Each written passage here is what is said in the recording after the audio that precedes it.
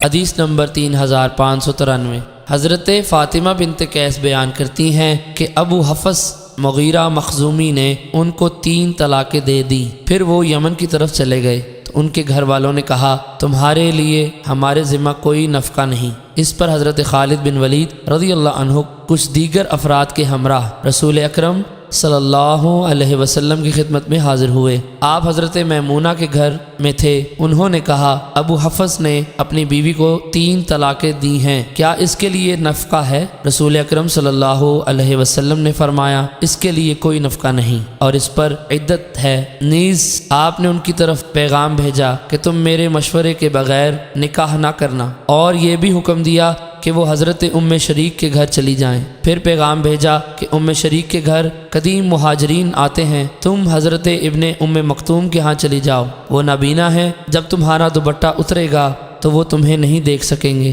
چنانچہ وہ وہاں چلی گئی۔ جب ان کی عدت پوری ہو گئی تو رسول اکرم صلی اللہ علیہ وسلم نے حضرت اسامہ بن زید رضی اللہ عنہ سے ان کا نکاح کرا دیا۔